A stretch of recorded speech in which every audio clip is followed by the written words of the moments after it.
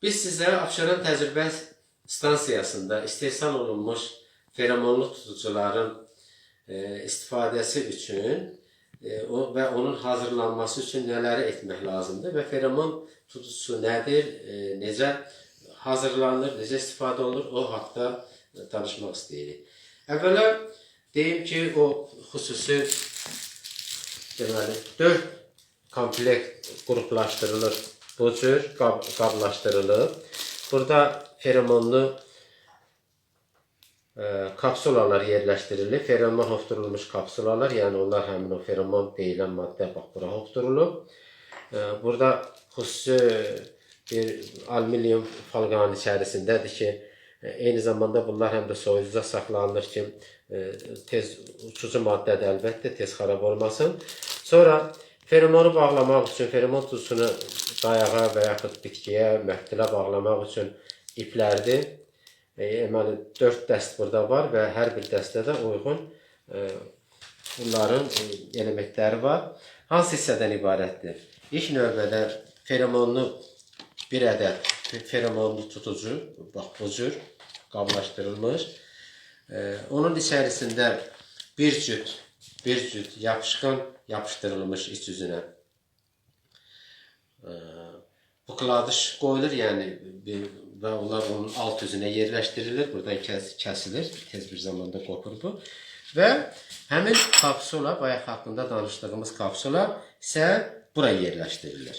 Sonra bunlar bu cür qatlanılır, keçirilir içərisinə və bu vəziyyətdə bu cür hazırlanır. Daha möhkəm olsun deyə küləyə qarşı, başqa deməli, hər hansı bir qopmalara qarşı daha dayanıqlı olsun deyə feromon tutucusu onun bu hissələrini sancaqlayırlar. Bu alətlə sancaqlamaq mümkündür.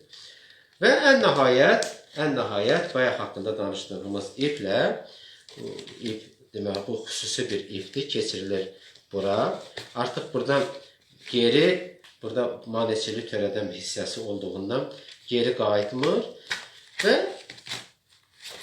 istənilən bitkinin budağından və yaxud məftildən, hər hansı bir dayaqdan bunu asmaq çox asandır. Burada sadəcə fikir vermək lazımdır ki, asılan zaman bunun içərisindən hava cərəyanı daha yaxşı keçsin deyə hakim küləklərin istiqaməti mütləq nəzərə alınmalıdır.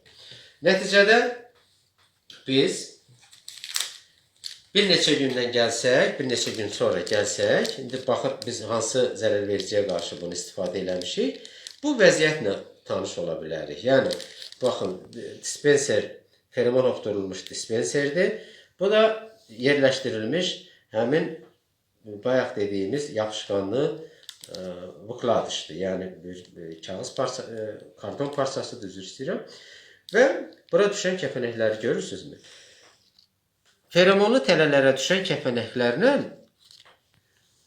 kəpənəklərin ilk uçuşunu, kütləvi uçuşunu təyin eləmək mümkündür ki, onun da nəticəsində biz gələcəkdə mübarizə tədbirlərinin vaxtını, miqdarını, təkrarlılığını qabaqcadan demək mümkündür.